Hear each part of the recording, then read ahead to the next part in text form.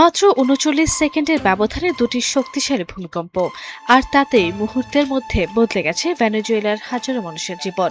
ধ্বংসস্তূপে পরিণত হয়েছে ঘরবাড়ি, স্কুল, হাসপাতাল ও গুরুত্বপূর্ণ অবকাঠামো। স্বজন হারানোর বেদনা, মাথার উপর ছাদহীন অসহায় মানুষ আর অনিশ্চয়তায় দিন কাটানো শিশুদের পাশে দাঁড়াতে দেশটির সরকারের সঙ্গে সমন্বয় করে জরুরি সহায়তা কার্যক্রম আরও জোরদার করেছে জাতিসংঘ ও এর সহযোগী সংস্থাগুলো।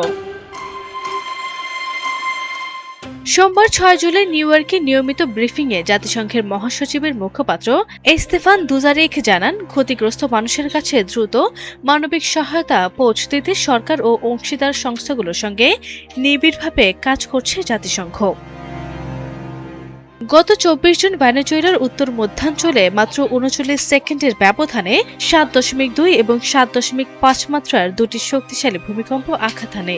সেই আঘাতে দেশের বিস্তীর্ণ এলাকায় দেখা যায় ভয়াবহ ধ্বংসযজ্ঞ। জাতিসংঘের দুর্যোগ ঝুঁকি হ্রাস বিষয়ক কার্যালয় ইউএনডিআরআর এর প্রাথমিক মূল্যায়নকারী অনুযায়ী আবাসন ও অবকাঠামোর সরাসরি ভৌত ক্ষতির পরিমাণ প্রায় $৩৭ বিলিয়ন। এর মধ্যে ঘরবাড়ি, ব্যবসা প্রতিষ্ঠান, শিক্ষা প্রতিষ্ঠান, হাসপাতাল ও সরকারি ভবনের ক্ষতির পরিমাণ প্রায় $২৪ বিলিয়ন, আর সড়ক, বিদ্যুৎ ও টেলিযোগাযোগ সহ অবকাঠামোগত ক্ষতি প্রায় $১৩ বিলিয়ন।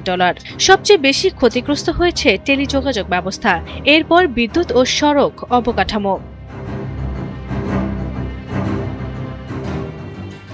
তবে জাতিসংঘ সতর্ক করে জানিয়েছে, এই হিসাব মাঠ পর্যায়ে সরাসরি প্রদর্শনের জন্য নয়, ঝুঁকি বিশ্লেষণ ভিত্তিক মডেলের উপর নির্ভর করে তৈরি করা হয়েছে।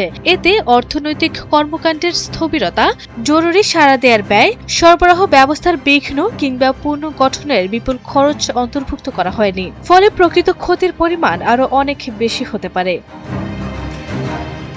সবচেয়ে করুণ বাস্তবতা শিশুদের। ইউনিসেফ জানিয়েছে, প্রায় ৬,৫০,০০০ মানুষের জরুরি মানবিক সহায়তা প্রয়োজন, যার মধ্যে ২,৩৪,০০০ই শিশু।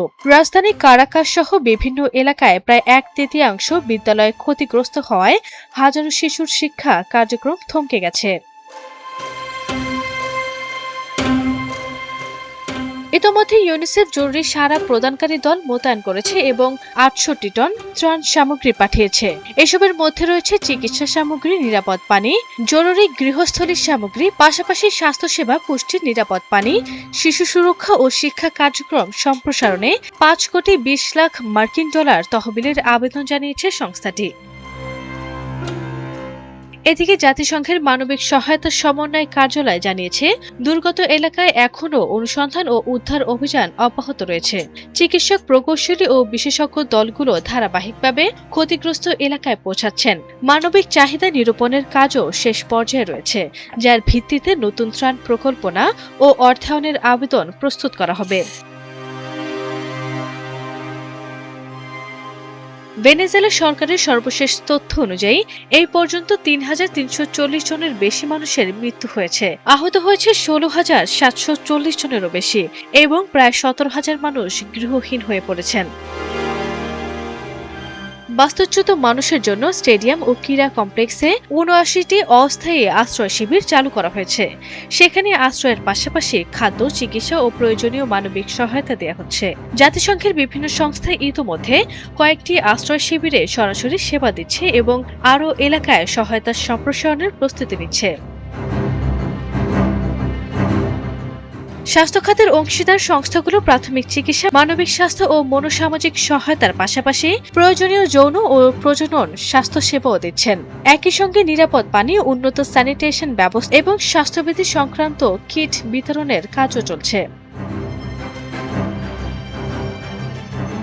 জাতিসংঘ জানিয়েছে, ভেনেজুয়েলার জন্য তাদের মানবিক সহায়তা পরিকল্পনার আওতায় এখনো পর্যন্ত $২৭৪ মিলিয়ন অর্থায়ন নিশ্চিত করেছেন।